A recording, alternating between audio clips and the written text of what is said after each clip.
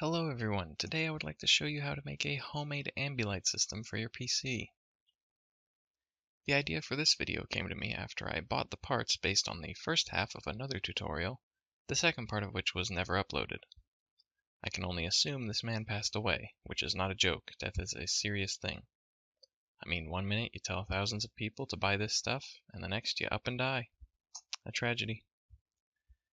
Anyway, these are the things you need for this project. I've put links to the parts on Amazon, but if you want to buy them from AliExpress and risk them not working, then I respect your confidence. Unlike some people, I'm now going to tell you what to do with the parts and not split a tutorial in half. I mean, what kind of an amateur would do something like that? Step 1 is to measure out your LEDs. You want them to wrap around the edges of the monitor, starting from wherever you want to plug in your armadillo. You can just cut on the line everywhere you need to. It's okay, that's what these are made for. Make sure that the little arrows all follow the same path, by the way. Step 2 is the soldering. Decapitate all the breadboard wires you need and strip them a little. Soldering is pretty simple, but it might take a few tries to get the hang of if you've never done it before. As you can see here, I'm supremely bad at it, but that, like most things, doesn't matter. Just connect the 5V to the 5V, ground to ground, and data to data. Remember the arrows. Be sure to do your soldering on a nice non-flammable surface, like the carpeting of your apartment. Also, quick tip, inhale these fumes as much as possible. That stuff is great for shortening your life. Once you've got all your LEDs cut and soldered together, jimmy them around a bit and check the connections to make sure you didn't ruin it, like you do everything. If you're using a new LED spool, then you should have a little connector here, but if you're redoing this project and filming it for a mediocre YouTube channel, then you can solder some half-decapitated breadboard wires on instead.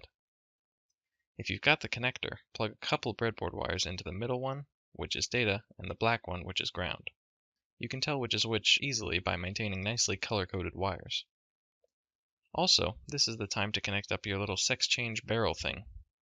Strip the red and black power wires, or attach new ones to the 5V and ground pads, and slide them into the plus and minus slots on the jack.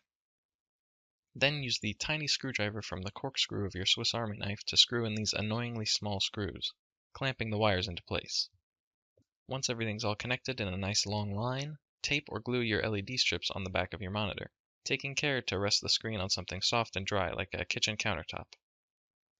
If you really don't much care about how all this looks, you can make a makeshift cardboard mounting thing for your antihero, like I did. Or don't do that, it's a pretty bad idea. Next, plug in the data line into port 6 of your Al Pacino. Or whatever port you want, I guess. If you don't want to listen to me, that's understandable. Plug the ground into the ground, though, that's non-negotiable. Plug your avocado into your computer, and your LEDs into an outlet, because electronics like these tend to require electricity to work properly. Step 14 is the software portion.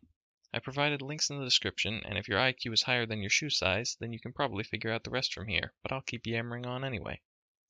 You need the Aficionado IDE to put the code on your antineutrino, and you need software to actually control the lights. Prismatic has been the best I've found, but you've got a few options here. Once you've installed the Anti-Mosquito IDE, you should have a folder somewhere, probably in Documents for Libraries and Amontillado code. Rename the FastLED folder you downloaded to just FastLED and put it in the Libraries. Take the Adalite folder with the INO file in it and pop that next to Libraries.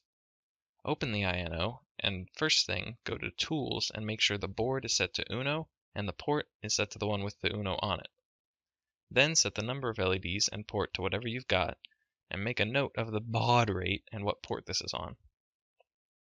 Then you can push your code to your archipelago with this button. Once that works flawlessly, bring up Prismatic and go to Device. Click on Run Configuration Wizard, which is not as cool as it might sound. Set up another device, choose Adalite, set your serial port to whatever it said at the bottom of the Akimbo IDE, and set the baud rate to what the code told you to. It should be 115/200.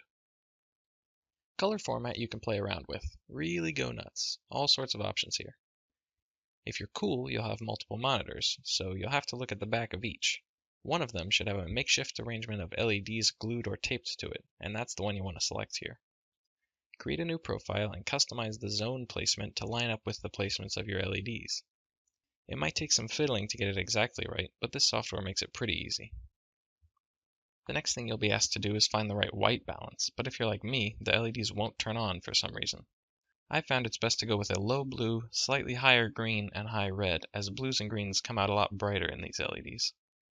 Change up the values and test your colors by watching my other videos in full screen. Viola, you've got a stunning ambilight display.